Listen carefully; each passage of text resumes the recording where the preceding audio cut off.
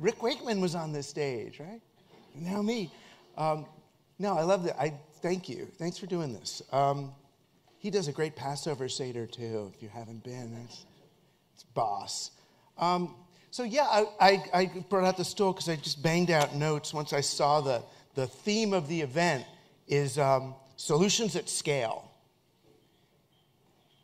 And I can't help but wonder, is scale itself the problem? And for that matter, are solutions or solutionism the problem? So solutions at scale kind of feels a little oxymoronic to me to climate remediation or to sustainability. And that's what I want to look at is our approach, is the mindset that we're using to combat or solve for climate itself the problem here. And that's sort of what my book, the one that you all get for free, so I don't have to sell it. I just have to sell the actual reading or sell the skimming of the book to you, which is kind of more fun than selling the sale of it. It pivots really on an encounter I had with 5 tech billionaires who were, I thought, going to ask me about the digital future, but really just wanted to know Alaska or New Zealand. Right? Where should they put their bunkers, and how should they protect it from really the likes of us? You know, the problem that they were having is trying to figure out how to maintain control of their security staff, their Navy SEALs, after their Bitcoin was worthless.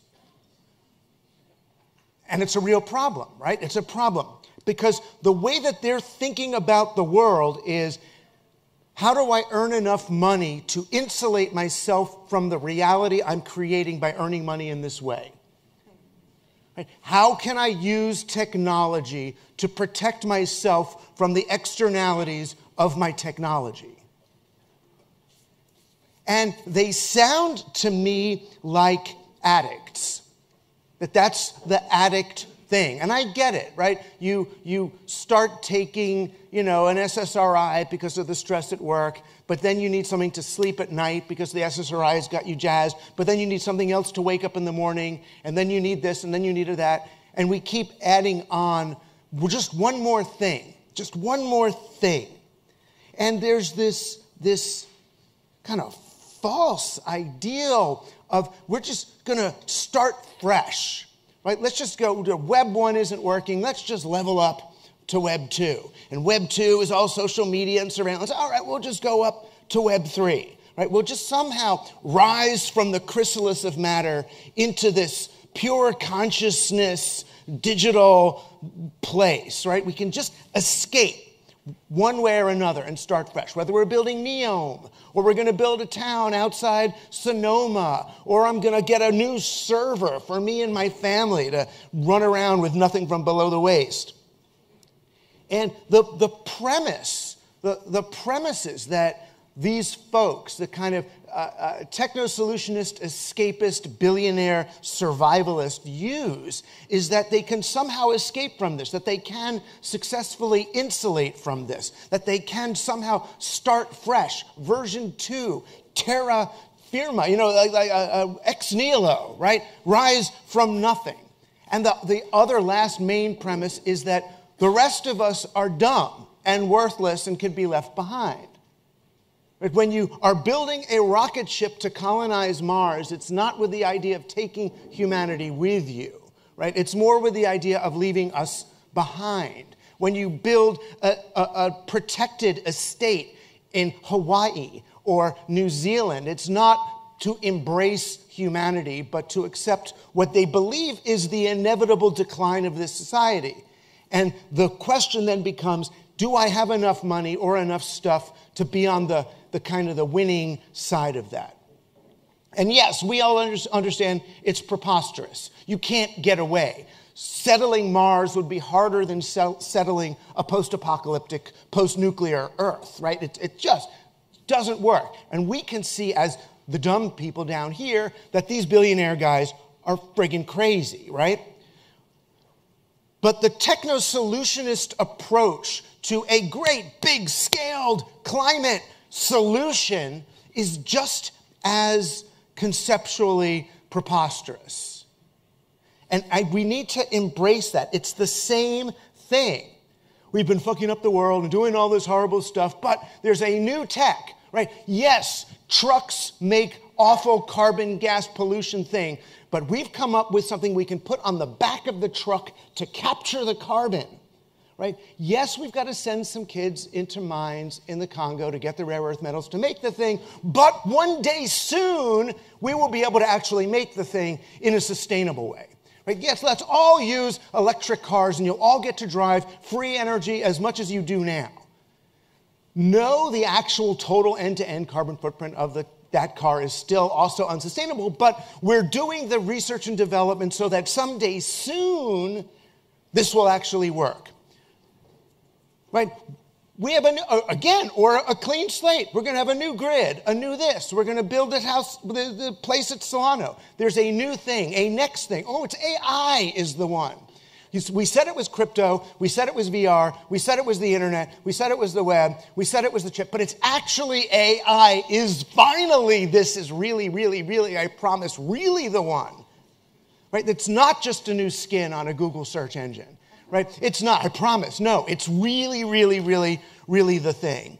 Right? But all of these things also depend, even our best, and I'm sure they're here and they're great and they're sweet, even constructs like humane technology. Right? Think about the construct, humane technology. Where do you see that kind of word language? It's like on your cage-free, humanely raised chicken eggs. Right? We treated them humanely from birth to the slaughter. And humane technology will extract our data and our money and manipulate us more humanely. Right? Again, it's human beings are the problem and technology is the solution, which has things fundamentally reversed. The other fiction is that, yes, we've got this technology and it's going to help make humans more sustainable and it's a growth industry. It's a win-win, right? We can consciously capitalize ourselves out of the mess that capitalism created. The same way, if your kid's all freaked out and cutting themselves and anorexic and whatever from using these apps, we have another app for that, right? We have wellness apps to cure you of the mental diseases you got from the regular apps. Just one more app onto, and then it will be okay, right? That's the win-win of wellness apps and climate tech. It's kind of like Wile E. Coyote. Right? Each time he makes the big machine to trap the road runner and then he gets slammed in it, it's like, oh, then he tries, oh no, but this time I'm going to make a bigger contraption that's going to get it, or a bigger one. It's going to scale. This one, the new tech and the new thing, finally at scale, we're going to finally get that damn little rodent, whatever he is, that little road runner. But this language, as I see it, is the language of the addict. And I've had friends who've been addicts, and you know how they say it? It's always like, well, yeah, once this happens, then I'll stop, right? Once I have this much, I just got to then I'll stop. And I hear it in us too, in the way we, even as lowly upper middle class elites, engage with the world. It's like, once I just get my 401k plan up to $2 million, then... Right? Once I just get my company to this place, then. Once I just know that my kids are in college, and then. That's the same. Once I get to that, then I'll stop. Right? Then I'll stop taking this thing. Right? I got this whole convoluted once.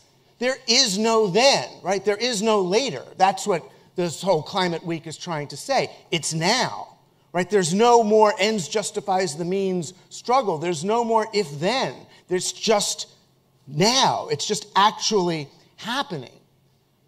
Which is why I think the approach to climate remediation really happens exactly now, not tomorrow, actually right now in the way you engage individually with the world. Well, actually not individually, socially and collectively with the world.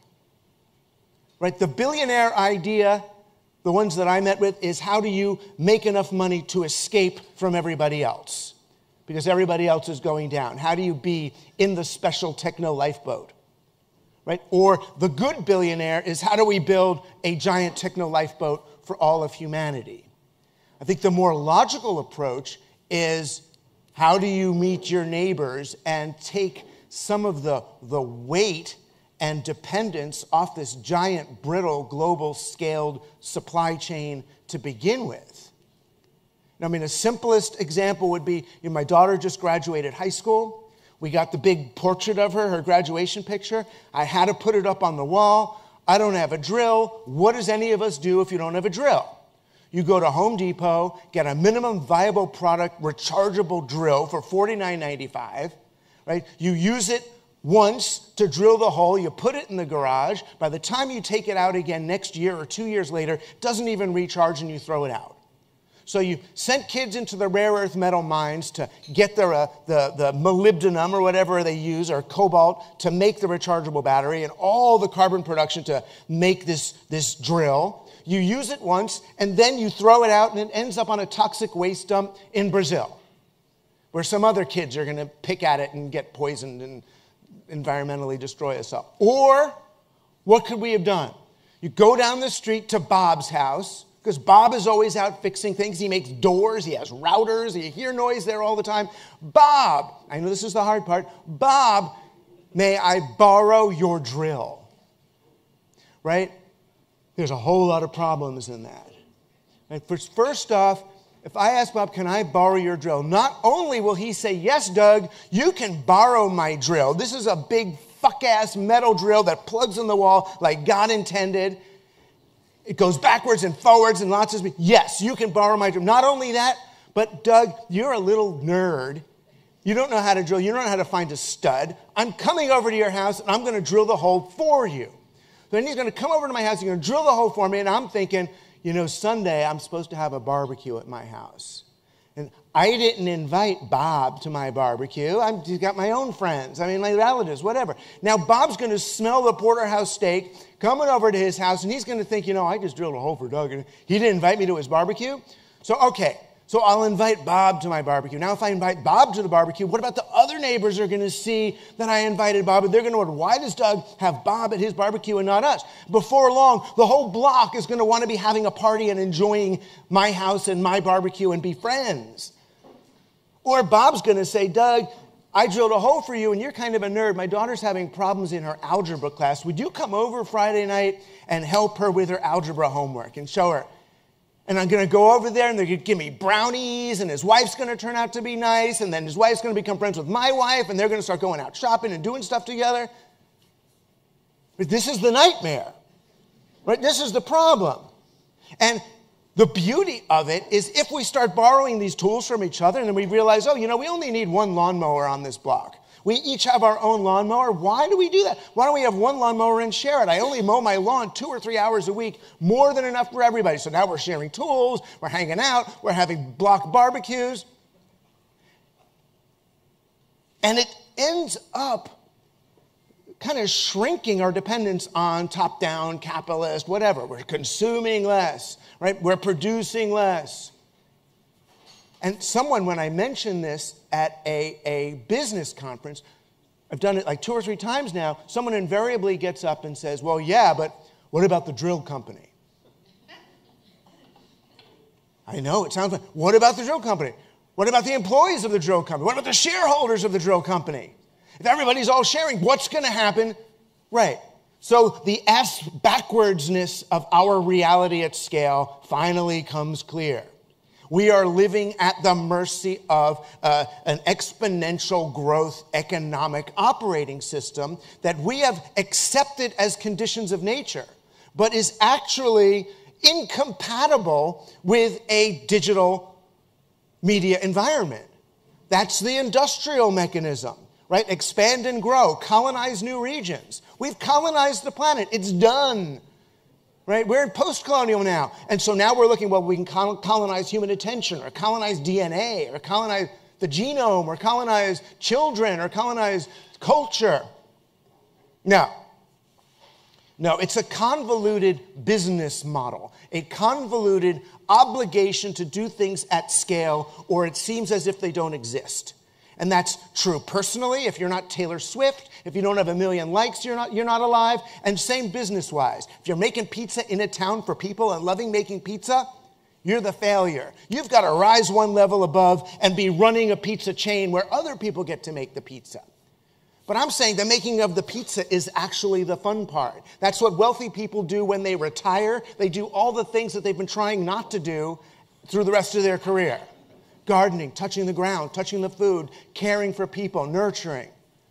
Right? It's so much easier than we think. Right? The object of the game, I think, is to come up with sustainable business models. If you don't have a sustainable business model for your thing, then it is not a sustainable climate model either. If the thing has to grow forever in order to survive, it's broken. Once we develop sustainable business models, our entire impetus to extract more every day will go away, or to use more energy. I mean, imagine if you took Sabbath. Imagine if we decided, let's just take one day off a week. Right? What the Israelites gave themselves in the desert as soon as they were escaped from the death cults of Egypt. What did they take a Sabbath? If we took a Sabbath, a 1/7 rule, no tech, no driving, no consumption, no production for 1/7 of our time, we would throw the world into a recession. Right? Well, aren't we entitled to that, though? I think we are. Right? So all I'm arguing is this is not rocket science. It literally is not rocket science. We don't need rocket science to solve this particular problem. We need the opposite. We need good, basic social bonds. We need to lose the fear of one another. And I do believe if we all do that, it sounds like it's at scale, but it's not. We're just all doing this at not scale. We won't need solutions at all. All right, thanks a lot.